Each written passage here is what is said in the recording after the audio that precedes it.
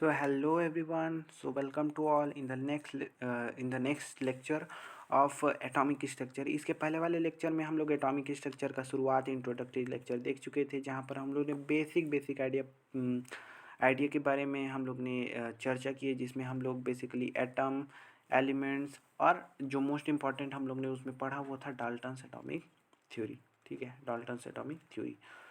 आज हम लोग पढ़ने वाले हैं क्या चीज़, जे थॉमसन का जो मॉडल था, प्लम बर्डिंग मॉडल और रदरफोर्ड मॉडल, इन दोनों के बारे में आज हम लोग पढ़ेंगे।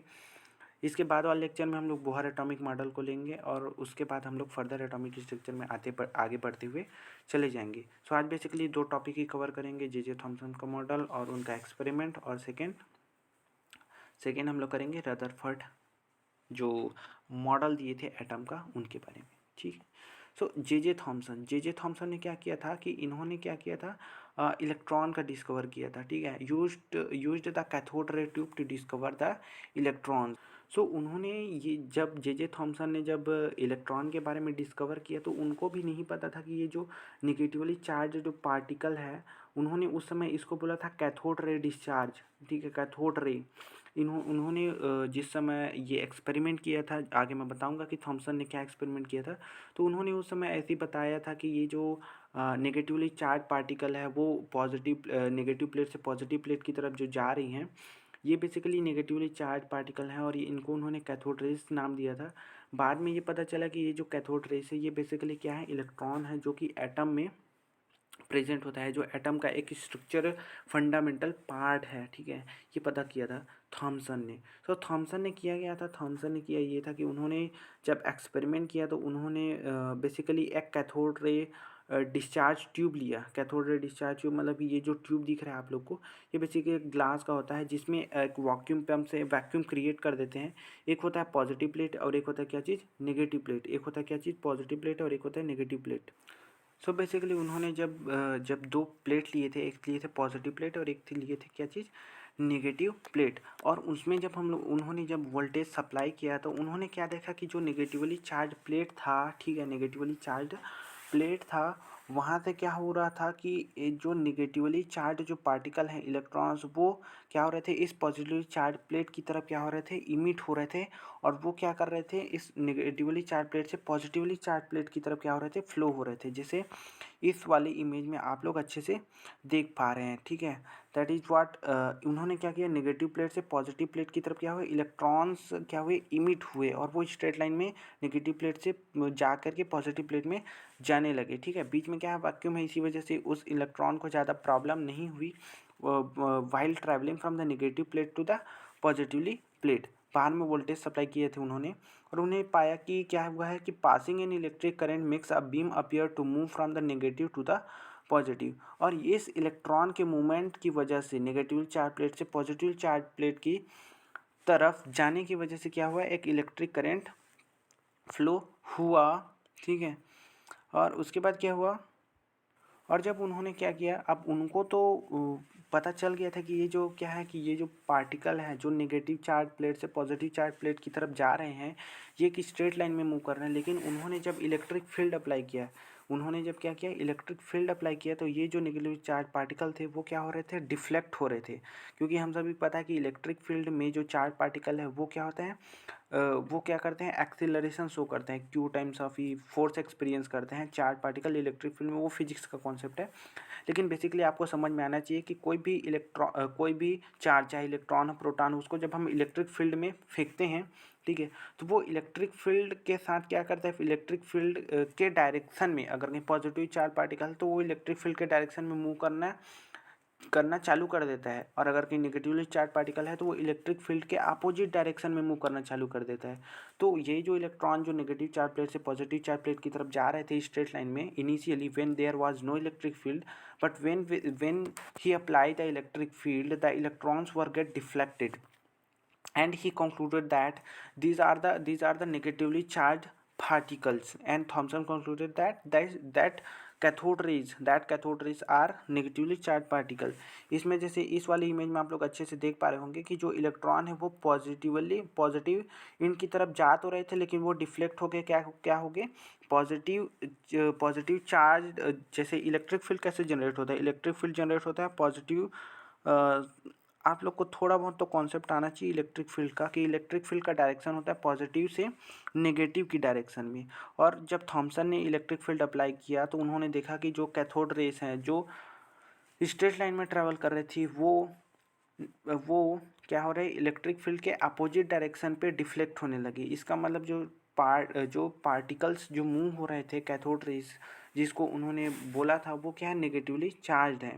दैट इज उन्होंने क्या लिखा, adding an electric field cause the beam to move towards the positive plate. जब इलेक्ट्रिक फील्ड प्रोवाइड किया है कराए तो उन्होंने देखा कि जो इलेक्ट्रिक फील्ड की वजह से जो कैथोड रेस है जो पहले स्ट्रेट लाइन में पास कर रहे थे वो डिफ्लेक्ट होने लगे पॉजिटिव प्लेट की तरफ, जहाँ से इलेक्ट्रिक फील्ड क्या हो रहा था, स्टार्ट हो रहा था। ठीक है, Thomson concluded the beam was made up of the negative moving pieces, जिससे उन्होंने कंक्लूड किया कि ये जो कैथोड रेस हैं ये बेसिकली क्या है, नेगेटिवली चार्ज पार्टिकल है और ऐसे इलेक्ट्रॉन का डिस्कवर हुआ।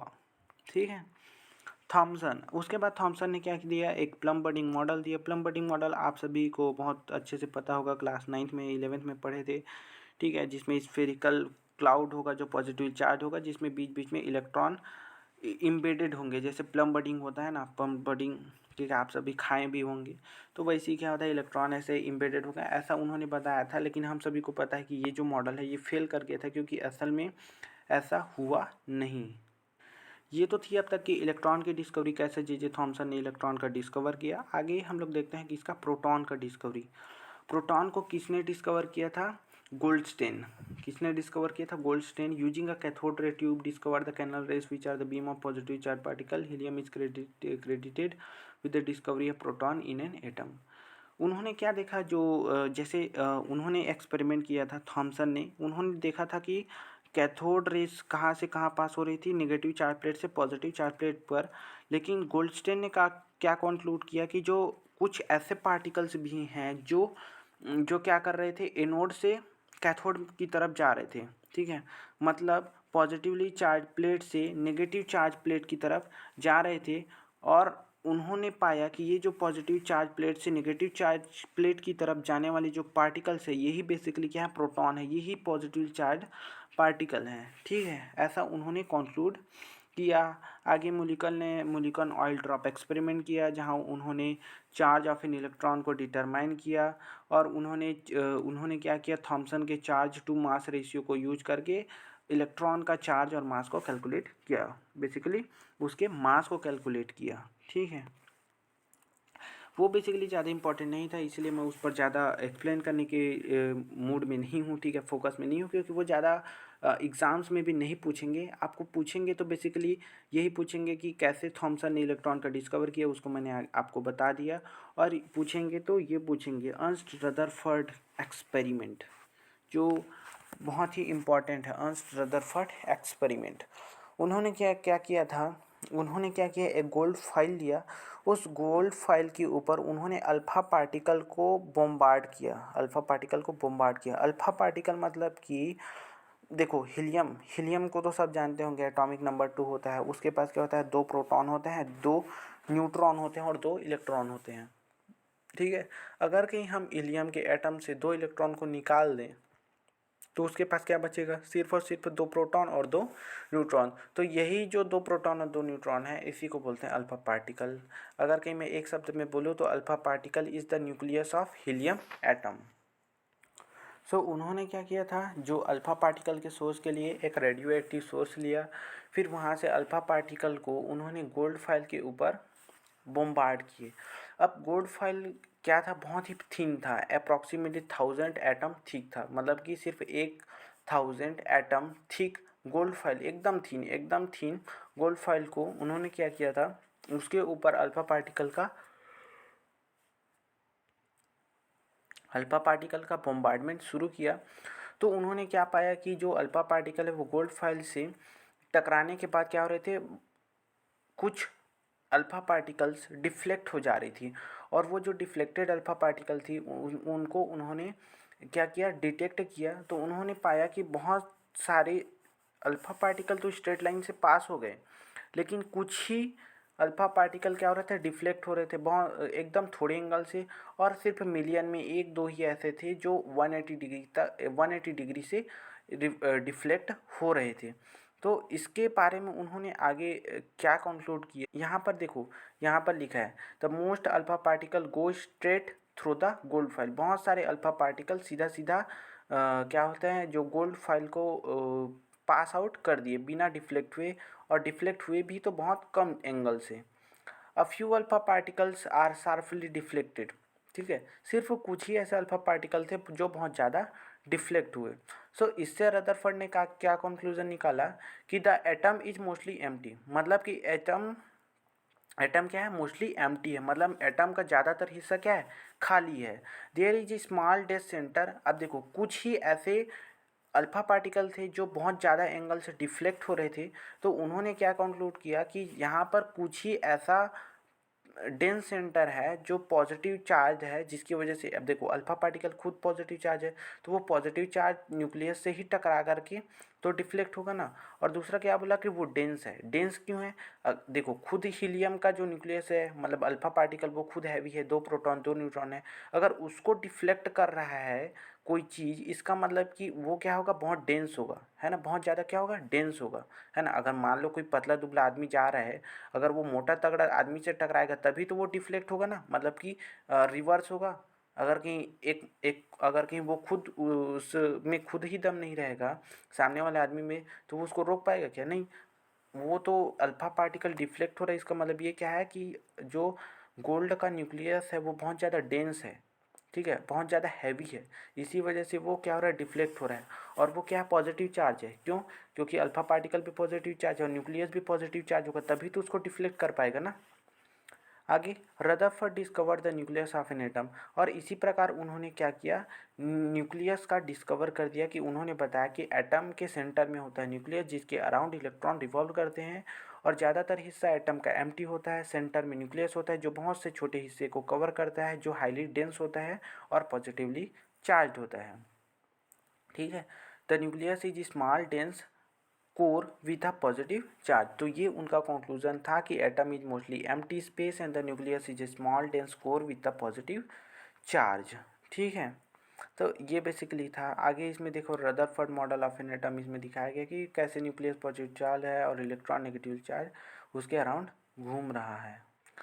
आगे देखो यहाँ पर बताया स्ट्रक्चर ऑफ एन एटम। जैसे न्यूक्लियस है, तो न्यूक्लियस क्या होता है, सेंटर में प्रेजेंट होता है एटम के, जिसके पास एक प्रोटॉन और एक न्यूट्रॉन होता है, और ये न्यूक्लियस बनाते हैं। जबकि इलेक्ट्रॉन होता है वो इन न्यूक्लियस के अराउंड एक पर्टिकुलर ऑर्बिट में रिवॉल्व करते रहते हैं। Third is the structure of an atom, जिसमें प्रोटॉन पॉजिटिव चार्ज होता है, एटॉमिक नंबर होता है,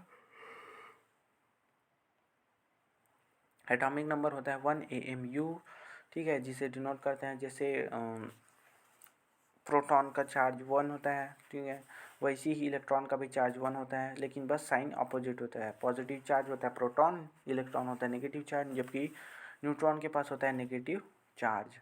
अब देखो जो एटम का जो मास होता है, ठीक है, एटम का जो मास होता है वो होता है sum of mass of proton and neutron, and the mass of an atom is independent of the mass of the electron. It is because the mass of an electron is negligible. It means the total mass of an atom is basically the sum of the mass of the proton and the mass of the neutron.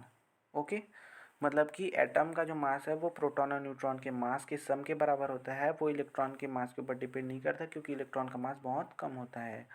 Counting atom, ठीक है। सो atom का इसमें symbol दिखाया गया, जैसे carbon है, तो carbon का सिंबल सी, उसके ऊपर में एटॉमिक नंबर 6, और एटॉमिक मास क्या है 12। इसका मतलब क्या है, एटॉमिक नंबर 6, इसका मतलब कि कार्बन के पास 6 प्रोटॉन है, और 6 प्रोटॉन होने की वजह से 6 न्यूट्रॉन भी होगा, क्योंकि सभी एलिमेंट्स क्या होते हैं, न्यूट्रल होते हैं, ठीक है। तो 6 प्रोटॉन, तो 6 एटॉमिक नंबर, तो 6 एटॉमिक नंबर है तो 6 प्रोटॉन है, तो उसको न्यूट्रल करने के 6 इलेक्ट्रॉन चाहिए। अब नंबर ऑफ न्यूट्रॉन्स पता करना है, तो atomic mass that is 12 minus 6, है ना, क्योंकि एटॉमिक मास क्या होता है, proton plus neutron, so neutron will be the atomic mass minus proton, so that is 12 minus 6, that is 6। Okay, understand. इसका मतलब कि अगर कहीं एटॉमिक मास 12 है और उसका एटॉमिक नंबर 6 है, तो उसका नंबर ऑफ न्यूट्रॉन कितना होगा, 6, क्योंकि जो एटॉमिक मास है वो होता है sum of proton plus neutron, ठीक है। ये है। आगे आइसोटॉप्स के बारे में बताया गया है कि आइसोटॉप्स क्या होता है। Isotopes are the atoms of the same element with the varying number of the neutron. जैसे हाइड्रोजन के 3 आइसोटॉप होते हैं। 3 आइसोटॉप क्या होता है, प्रोटियम, ड्यूटेरियम एंड ट्रिटियम। सभी का एटॉमिक नंबर 1 ही होता है क्योंकि तीनों के पास एक ही प्रोटॉन होता है। Hydrogen that is protium, deuterium and tritium, तीनों के पास एक ही प्रोटॉन होता है, लेकिन नंबर ऑफ न्यूट्रॉन एक के पास, प्रोटियम के पास एक भी नहीं होता, ड्यूटेरियम के पास होता है एक, जबकि ट्रिटियम के पास 2 न्यूट्रॉन होता है। ठीक है। Different isotopes have different mass number. अब since number of neutron is different, however the number of proton is same, the atomic mass will be the different because the number of neutron is changing। ठीक है। सो ये था basically. आगे atoms के बारे में बताया। एटम्स क्या होता है, पॉजिटिव, उसके उसमें एटम क्या होता है, न्यूट्रल होता है क्योंकि जितने प्रोटॉन होते हैं उतने इलेक्ट्रॉन्स भी होते हैं, तो ओवरऑल चार्ज क्या हो जाता है, 0। ठीक है। आयन के बारे में बताया गया कि कैटायन पॉजिटिव चार्ज होता है, एनायन नेगेटिव चार्ज होता है। कैटायन मतलब कि जब एटम से हम लोग इलेक्ट्रॉन निकाल देते हैं तो पॉजिटिव चार्ज बढ़ जाता है और नेगेटिव चार्ज कम हो जाता है, तो उसको, उस पॉजिटिव चार्ज एटम को बोलते हैं कैटायन। जबकि एक इलेक्ट्रॉन एक्स्ट्रा दे देते हैं तो उसको बोलते हैं नेगेटिव चार्ज एटम। ठीक है। ये है। जैसे एल्युमिनियम के बारे में बताया गया, जैसे कि उसका 13 प्रोटॉन होते हैं। ठीक है। तो इलेक्ट्रॉन कितना होंगे, तो वो उसका वो भी 13 होगा। अब एटॉमिक मास एल्युमिनियम का कितना होता है, 27। सो एटॉमिक मास अगर 27 है और एटॉमिक नंबर 13 है, तो एटॉमिक नंबर मतलब कि क्या है, number of proton. So number of proton 13 है, एटॉमिक मास 27 है, so 27 is equal to 13 plus number of neutron. So neutron is what, 27 minus 13 that is 14। So ऐसा करके आप प्रैक्टिस कर सकते हैं। So all the very best, bye bye, keep practicing, keep studying. मिलते हैं नेक्स्ट लेक्चर पे। Bye bye.